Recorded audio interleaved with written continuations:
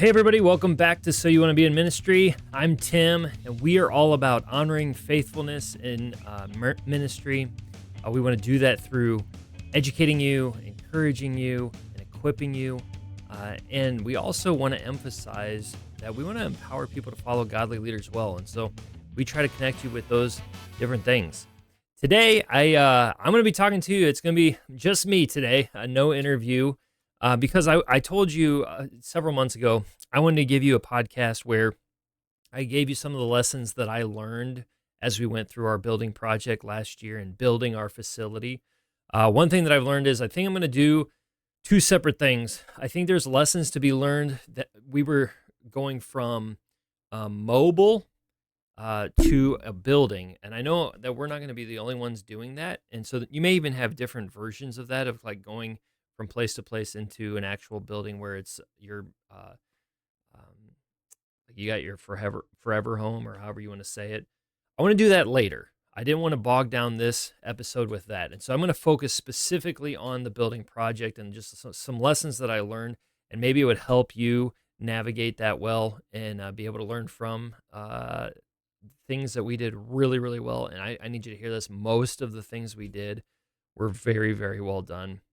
We're probably I would say like 95% of what we did was phenomenal, like A+ stuff. And so you'll hear me give some of the things that weren't so great.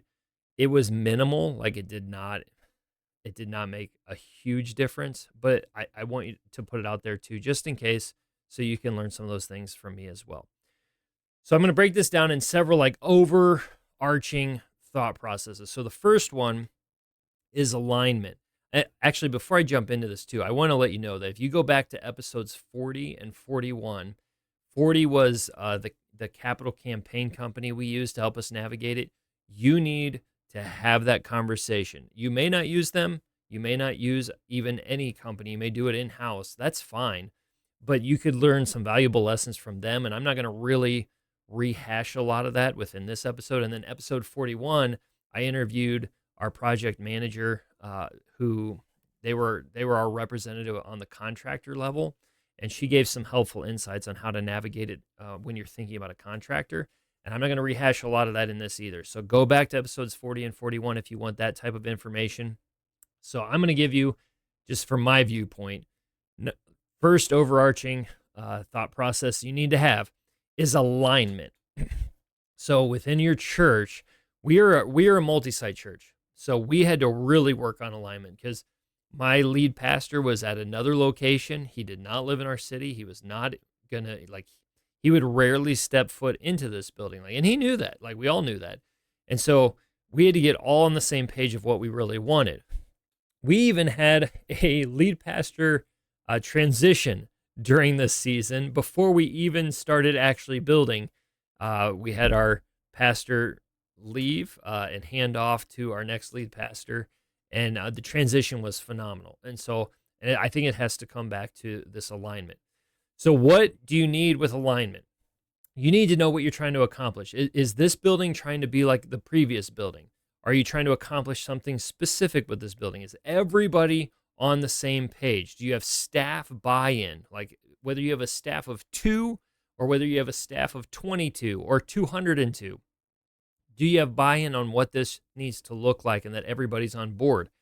I took the time to go around to staff that were there for our other locations building, and I just said, what are the things that you were like, man, I'm so glad we did that? And I created a list, and then I said, what are the things that you would never do again that you did with this building? And I created a list, and so we went into that. We also walked through where, I'll get to that in a second with the budget. I don't want to get out of line here too much. But we wanted one simple focus. What are we trying to accomplish? What do our services need to look like? When we involve our community, what is that going to look like? We had ideas. We had more ideas than we could accomplish, but we all understood what we were trying to accomplish with this building.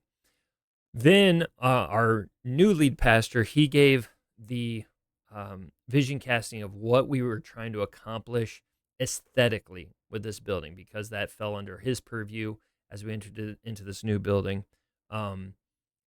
So who's in charge of what? And I need you to hear this.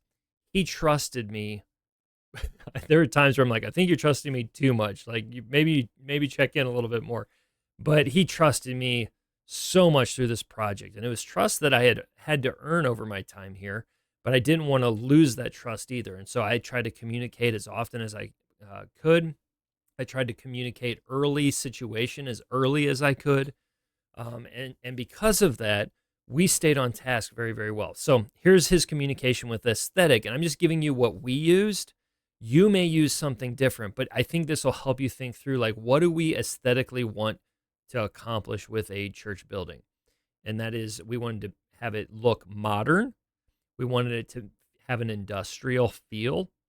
We wanted it to be timeless. So while we wanted it to be modern, we also wanted it to be timeless in the sense that in 20 years, when modern kind of shifts, it didn't all of a sudden go, ugh, this building looks really old now. We wanted to create a building that could kind of shift through time where we may have to like paint walls differently or but we wanted it to be timeless in the sense that it was almost like a blank canvas and we could add things to it that would make it feel more modern, but we could keep replacing those things that we added over time to keep it timeless. And then one thing, this isn't really aesthetic, but it is something we wanted to. We are a very volunteer based church. We don't pay a janitor. We have volunteers that clean the facility. Most of everything that happens within the context of our church is done by volunteers in a heavy way, and we are so appreciative for that. And so we wanted the things that we put in to this space to be low maintenance because we knew if it was high maintenance, it was going to be much harder to have volunteers do it consistently and do it well. Because we had just used them for us, we were just mobile for 17 years, and we required a lot from people to set up and tear down every single week. And we wanted to bring that maintenance level down and do low maintenance as we went into a permanent facility. So those are some of the things that we did in alignment. So here's some of the things that you can ask yourself. Who is making the decisions? So is this a lead pastor decision? Is this a campus pastor decision? Is this a ministry director decision? So like there were some decisions we gave away to our ministry directors who are volunteers. They weren't on staff. And we just said, hey, what do you want this space to look like? Like if you could have your way, now we put it through the modern, industrial, timeless, low maintenance. It had to be that, like, and we would talk through that and we would explain why. But then we were like, okay, like what type, like, do you need a sink in this space? What does it need to look like? What would you hope the carpet? We even let some people pick out possibilities on different carpets and different wall colors and like why would want to choose those. And they gave us feedback on their different ministry areas. So who is involved in this? Who reports to whom? So I was given a lot of trust, but I had to report to my lead pastor and keep consistent with this is what's going on. It also let our project manager know, hey, Tim's in charge. And so I was local. And so I would go up there every Monday morning and I would just walk into their little trailer that they set outside of our property where they would it was their base of operations. I would walk in every Monday morning, just go, where are we at? And just kind of get updates and give feedback and hear timelines and whatever. And then I would walk out and it kept it pretty simple. And so who reports to whom? Who do I need to tell? We also had somebody else on staff that I would go to, like for if I needed immediate help or immediate decisions and I couldn't get to the lead pastor, there's someone else I could go to kind of get us down the road as far as we could get in that moment. My lead pastor also let me know things that he would say like this thing, like before we got there, he'd be like, whenever we get to this place, I have to be involved with that. You've got to include me. I have some very specific things I want to say about this. And I'm like, okay. And so I would just make sure we set up a time that he could be at that specific meeting. So whether it was like doors or whether it was like making sure the aesthetic was what he was hoping for, or I don't know. Those were two specific ones because he had very specific ideas within that. And then how much do you want to include the parishioners in on the experience of building and contracting? So for us, people absolutely drove by and like they could see everything happening. And There were definitely people that shared their hopes and dreams of what the building would be, and we would love to do every single idea that was out there. We just couldn't do all that. But we did have a specific volunteer team of people that had worked in the contracting and building world that kind of knew how things were supposed to work. And they would just come through every once in a while and just check things and make sure, yep, they're doing, like, I'm seeing what I'm supposed to see. I'm seeing the code things I'm supposed to see. That was happening pretty consistently. So I could give immediate feedback if there was something. And there were times where our contractor would just say, hey, we need to know what your thought is on this. We could go this route or this route. Do you have a preference? And I could relay to those guys, hey, do we have a preference on this? And they could give me quick feedback on best possible solution in those cases. So that's alignment. We tried to put everything into place so we could make quick decisions. And the feedback I was given from our contractor was that it was one of the best projects that they worked with that year in their world. So I mean, when you're getting feedback that you were one of the best projects they had in that given year, I think we were doing well. I actually asked why, like, why did you say that? What made you think that that was the best project? And one thing that they said was, you guys stayed on task with decisions. It did, like, you were always pleasant. You were never a problem. Like, we never had any headaches where it's like, we don't want to really even ask them this, but we have to. There was none of that. And then when we would ask you and say, hey, we need this answer, you would give it within hours. Like, you had an answer within hours because you knew what you were trying to do. So it's because we had alignment. Like, I could almost tell you exactly what my pastor was going to say before he said it because I knew exactly what we were trying to do. So I think alignment is critical. Second thing, budget. Yippee, right? We all love talking about budgets and money. You have to know what you have to have. Okay. For us, we had to have an auditorium. We knew with our growth pattern and stuff, we had to have at least 250 seats in it, just for our context in our area, because we do two services. And so that would give us 500 seats over two services. So we knew within our growth pattern that would get us well down the road unless God just did something outstanding, which we'll take. Like, we'll deal with those problems all day long. So, but we knew that we had to have at least 250 capacity. We knew we had to have at least one discipleship room to do some discipleship classes during our weekend because of how we do assimilation. We knew we needed an office area to just have a home base for our staff to work from, and even staff that would come from our other location. We knew that they needed to come into that. We knew we needed a kids area. Okay. And so what we actually did pre-COVID, we had like a 35,000 square foot facility that we were hoping to build. As inflation went up, we had to cut it down to 19,500.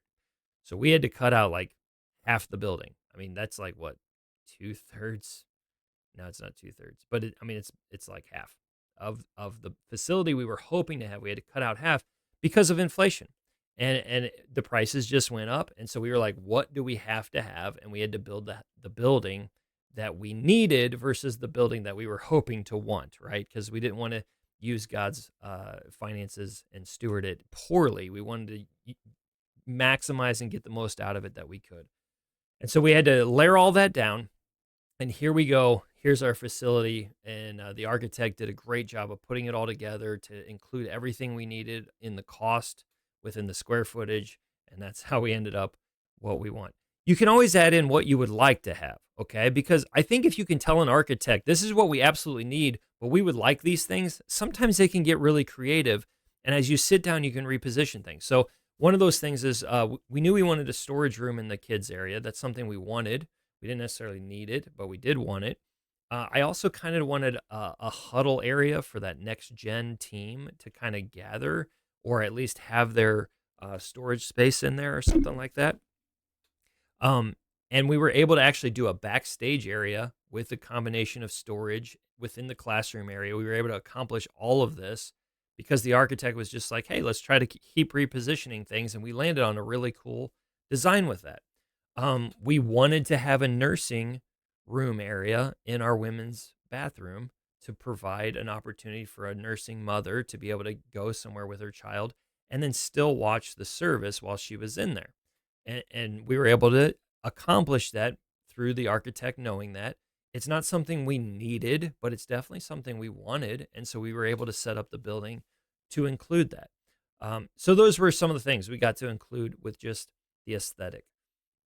Our capital campaign company helps so much with the communication and vision casting and keeping track of the records. There's something about a third party keeping track of that, so you don't have to know like who didn't give money and who did. Like we had a third party that just took care of all that so that we could focus on vision casting. This is what we're trying to do with our building, and it kept us focused on the things that needed to be focused on. You need to process on a budget level. Are you willing to take out a loan? You might have to. Like building projects are a lot of money. And if you're building a brand new building, you're probably going to hit the millions in some way. And not every church can do that. So I totally get it. The reason we were able to do it is because we had another location that was helping us build it. And we were so thankful that we had multiple locations jumping in to make sure one location had a permanent home. We were incredibly grateful for people giving that will probably never set foot in our building, and yet they gave anyway. That was so incredible. You're going to have unexpected costs. So in your budget, you need to figure that. So if you have a good contractor, they're building it into their bid already. They're already saying there's going to be things that we aren't thinking about that we've just got to account that there might be something there. You also have to think that you're going to forget something. Like you forgot something or you didn't communicate well enough and it didn't get added in and you're going to have to add it in later. This happened to us in a couple things. I would say it was minimal, but because we had this contingency fund already built into the budget, it made it much less stressful to kind of go, we got to figure out funds for this. Because it was just like, okay, I guess we have to use this amount of $1,000 to do this thing that we've got to do. And we were able to come in under that threshold of the allotted money that our contractor set aside and said, this is money for things that just come out of nowhere. We didn't go over that. We actually stayed under it by a few thousand. So I think that's important. You have to think that way. One thing that really, well, do I have this late? Let me check if I'm dealing with this later.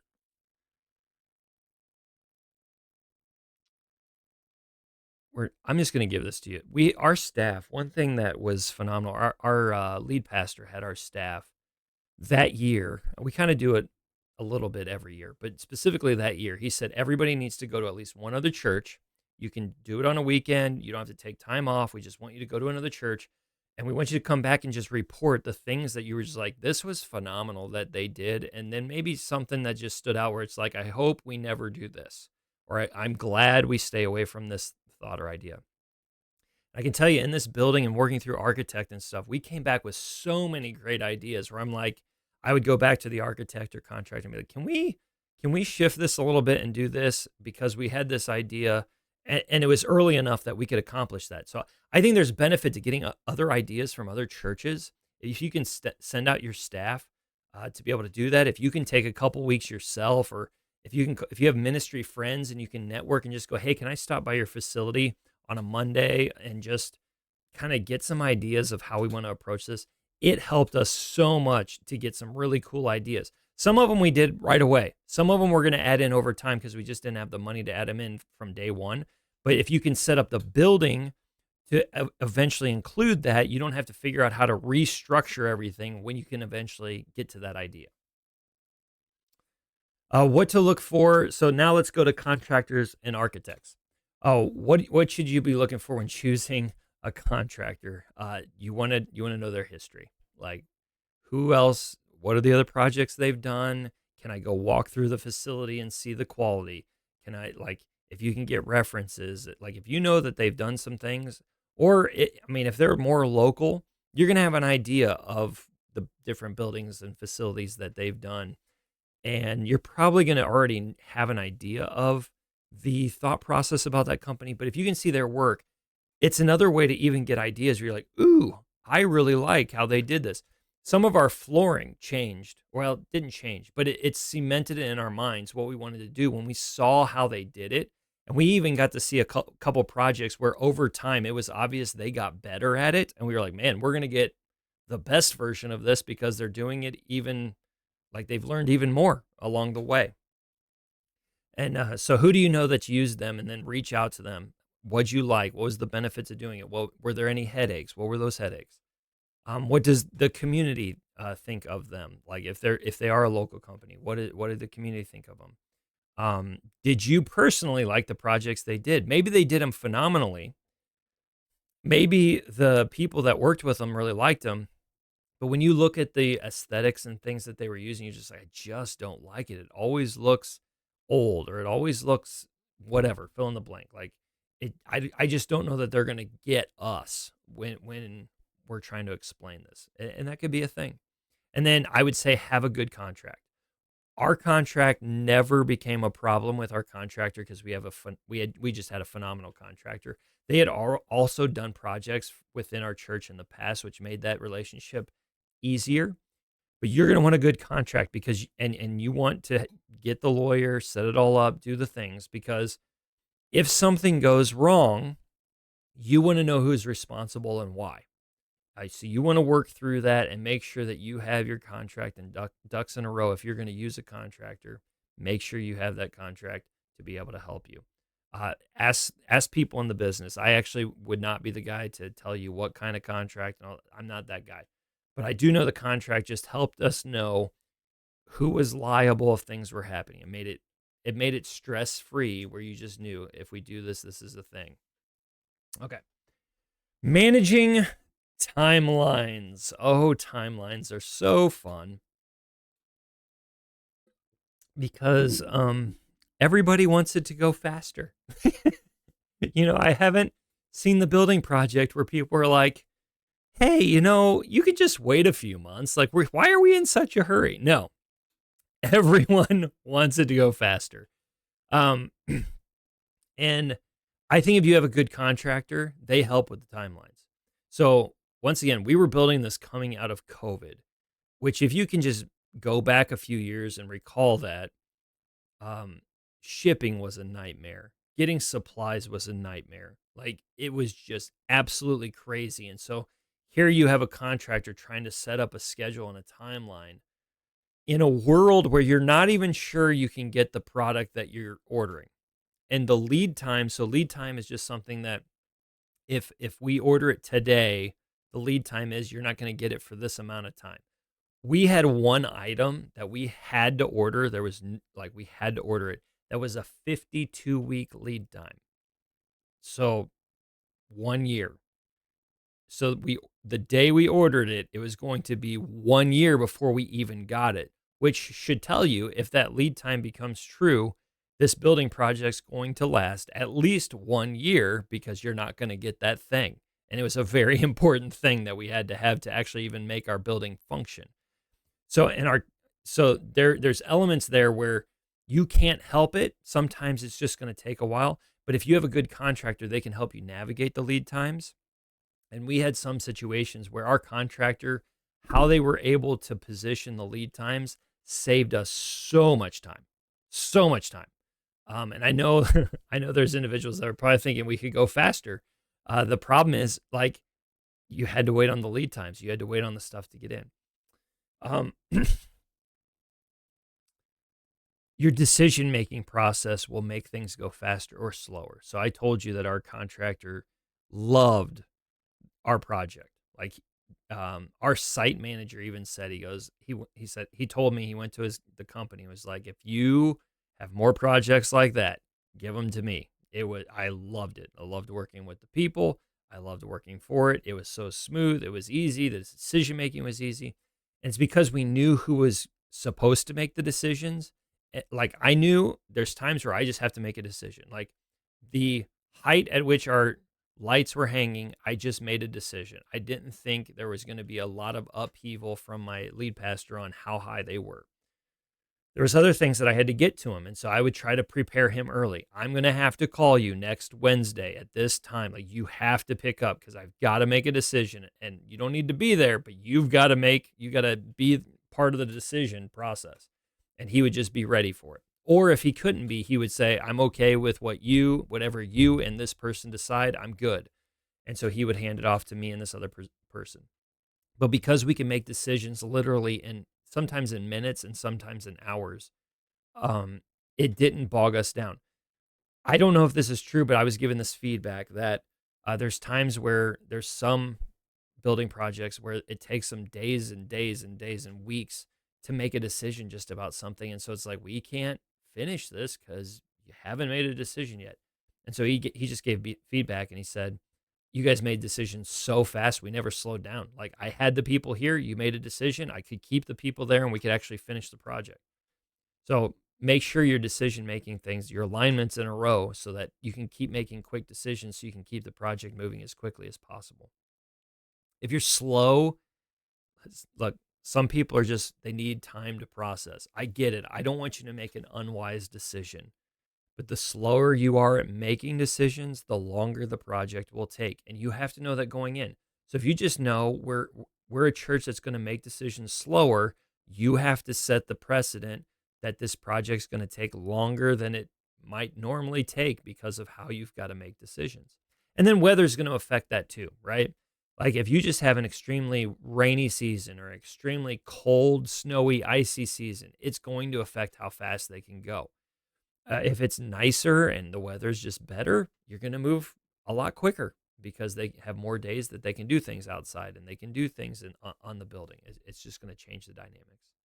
And then one last thing that can affect the timeline is federal, state, county, and city licenses, regulations, all of that, right? Like, there's just things that the church has done everything they can. The contractor has done everything they can, and you're just waiting for some politician or somebody who works for that specific entity. You're just waiting for them to hit the button that says, yes, okay, you're good. Here's your stuff. And you can't really make it go faster. Unless you have the connections that can make it go faster. You just have to wait. And so there were times where we were just waiting. We were waiting for whatever government agency to just go, hey, you can do this now. There were times for that, and you can't make that change a lot. And so just know that going in. Those are all things that can definitely affect your timeline. All right, another overarching category, learning, patience, and trusting God. I had plenty of stress and anxiety through this whole project. And if you're not a pastor, if you're just a person that goes to church and attends your church and you're in a building project, let me be very clear. If your church is in a building project, your pastor is stressed out and he is anxious because he's anxious because he wants it to look awesome. He wants it to meet the budget because he knows if it goes above the budget, the congregation members are going to be stressing out and having problems with that. He's going to be stressed because he wants to make good decisions, but he's already got a stressful job trying to manage, how many ever people within the church. So and they are very stressed and anxious, and they might feel alone and isolated. There were moments where I felt very alone, even though I'm on a staff and we have multiple locations and we have like 20 plus staff at times. There were times where I felt alone, where I'm like, does anybody care that this project is happening? Like, I'm asking, no, they did, but it didn't feel that right? Like, it was just, sometimes we deceive ourselves with our own statements, and then we believe them. And there were moments that I had that, where I felt very alone. I felt very isolated. I felt like I'm the only one that cared about the project. Those things are going to happen. And if you're a pastor walking into that, you've got to set up some people that you can trust and confide in, that just will be looking out for you. And you can just say, I'm in a lonely season. And they can jump in and go, you're not by yourself. You're not by yourself. You will probably care more than everyone else, because really, when you enter into a church project, you're writing your name at the bottom of that contract. You're writing the name at the bottom of this project, where you're going to sign off and say, this is something that I did. I was okay with this. And you're going to care about it probably more than anyone else. There might be that one person that does more than you. Most likely, you're going to be the one that cares more than everyone else. Be careful not to take criticism or comments or maybe complaints personally. They're probably not trying to target you. Some people might. Like, let's be clear, church people can be crazy sometimes. They're probably not intentionally like trying to say you're trash when they're saying whatever it is. But you have to understand, they're when you're leading, their criticism and comments and sometimes complaints can come with it. You can vision cast until you're blue in the face, and some people are just going to miss what you're trying to do with it. Um, so you have to be careful with that and try really hard not to take it personally. But I will also say, listen to what they're saying because they may bring up valid points where you're just like, okay, can we course correct this at this point? There were some things that people brought up where I'm like, I think that's real. I can't do anything about it now. It's too late. So we're just going to have to figure out how to make the best of it because we just, we all thought of it too late. And that can happen. Another thing that I think happens in this patience and trusting in God, I think it's like 20% of pastors, I saw the statistic. I don't want to get it wrong, but I think it's like 20% of pastors leave their church within 2 years of doing a building project. I am almost 1 year out. I don't anticipate I'm going to be part of that 20% because I just have a really good church. I have a really good church people. I have a really good staff that is it's just different for me. But it could be true for you. And I don't know that this is true, but I think one thing that could be true as to why that happens is because when you go into a building project, you can become very brick and mortar focused and you can forget to be people focused. If you're task oriented, I'm very, very task oriented. I'm not people oriented. And if you become very task oriented and now your focus has to be brick and mortar, you can lose touch with the people. And so after the project is over, that's where you start saying things well, I got them to the next phase, but I just don't think I'm supposed to lead them anymore. You've lost touch with the people. Um, you could be saying things like, well, I just don't think that, I'm needed. Like I got them through. I don't think that I'm needed anymore. You can have these self deceiving thoughts because you've gotten a little bit isolated.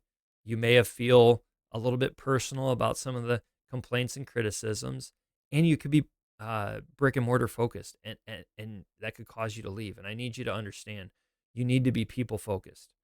Find ways to be people focused through the project where you don't lose touch with the people that you're shepherding while you're trying to build a permanent house for the body of Christ to gather together. Okay? Don't lose focus of that. Areas of the building, what we were able to accomplish in that. So these are just like aesthetic things that we were trying to shoot for under the umbrella of modern, timeless, low maintenance, and industrial. Is in our office, we wanted to have it feel comfortable. We wanted natural light.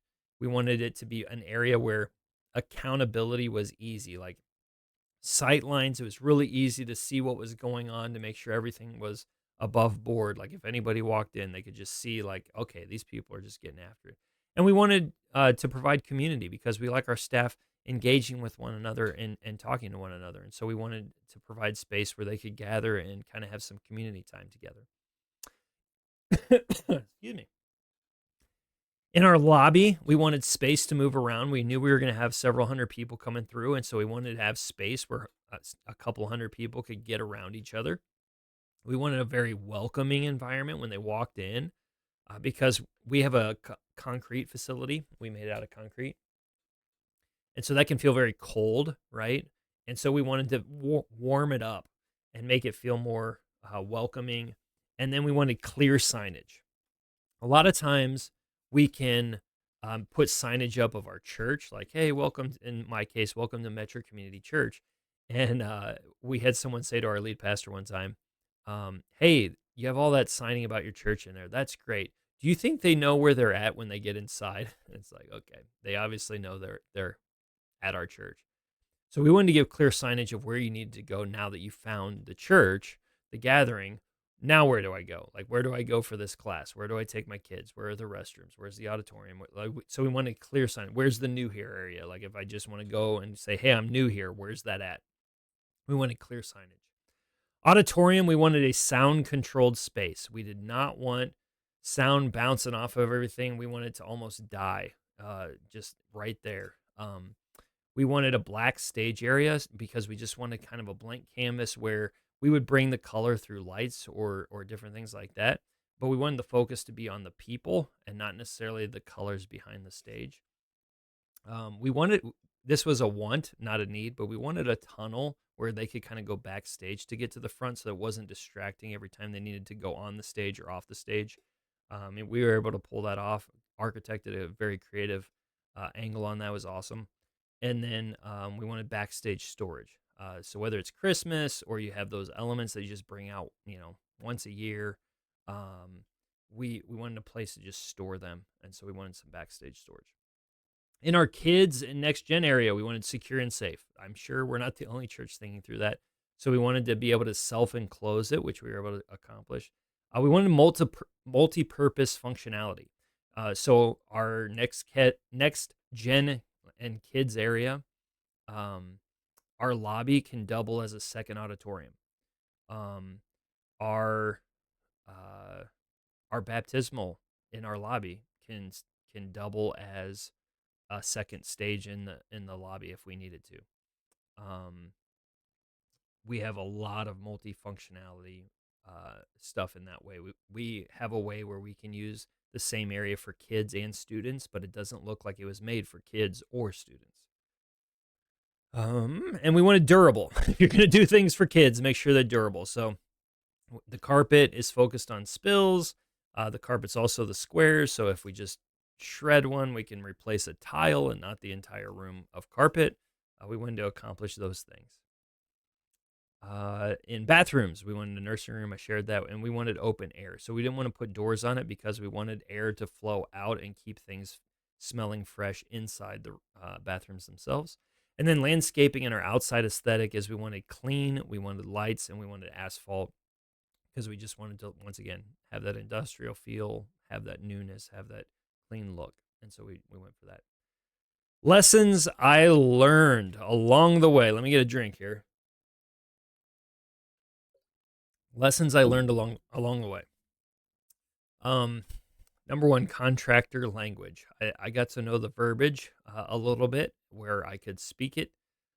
It was helpful. If you have that going into it, it's going to be very helpful, I think. And so that was kind of cool to be able to learn that. And it's something I think I'll be able to use moving forward. And even if you're a pastor that leans into your community and your community is trying to do different projects, you can even help with some of the verbiage where you're like, hey, have you thought about this? And it can be a helpful tool as you even have decisions with other people or conversations with other people.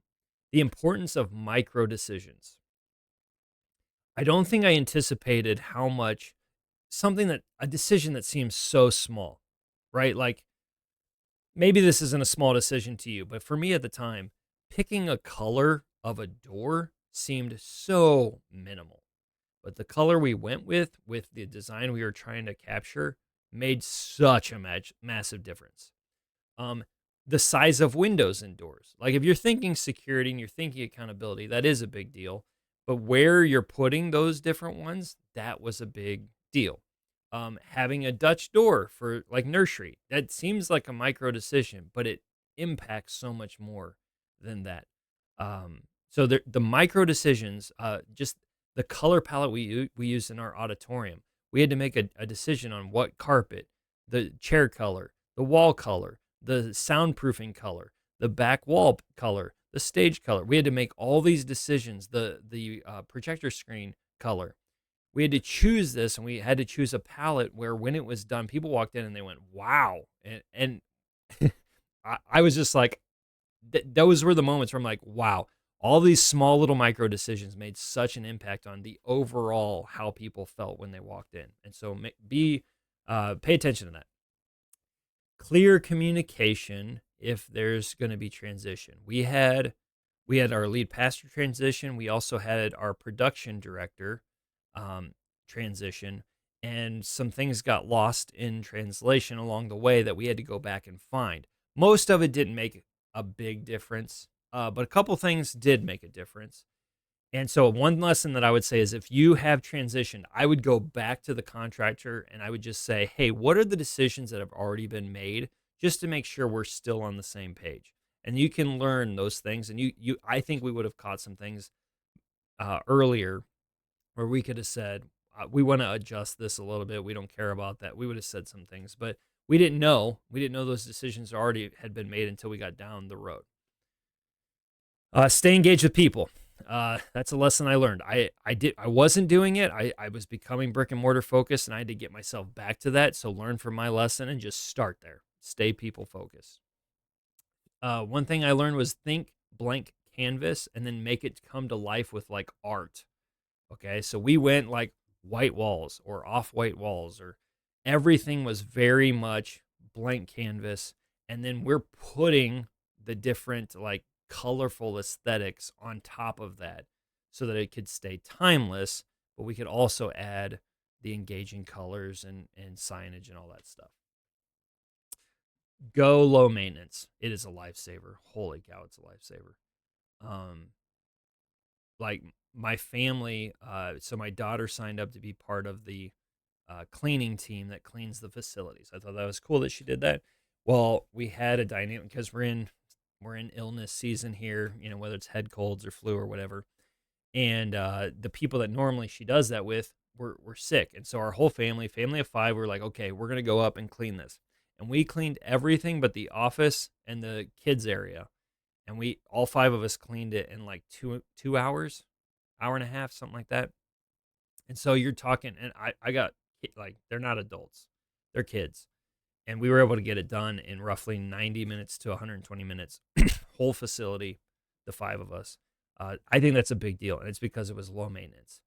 So think low maintenance, and then a little bit of money can make a beautiful aesthetic difference. Like, it only costs a couple $100s to put a nice like design, like, to kind of in a way wallpaper it on, like if it's that vinyl graphic stuff, to put it on a wall and make it look phenomenal, to put it on windows and make it look phenomenal. Um, it doesn't take a lot.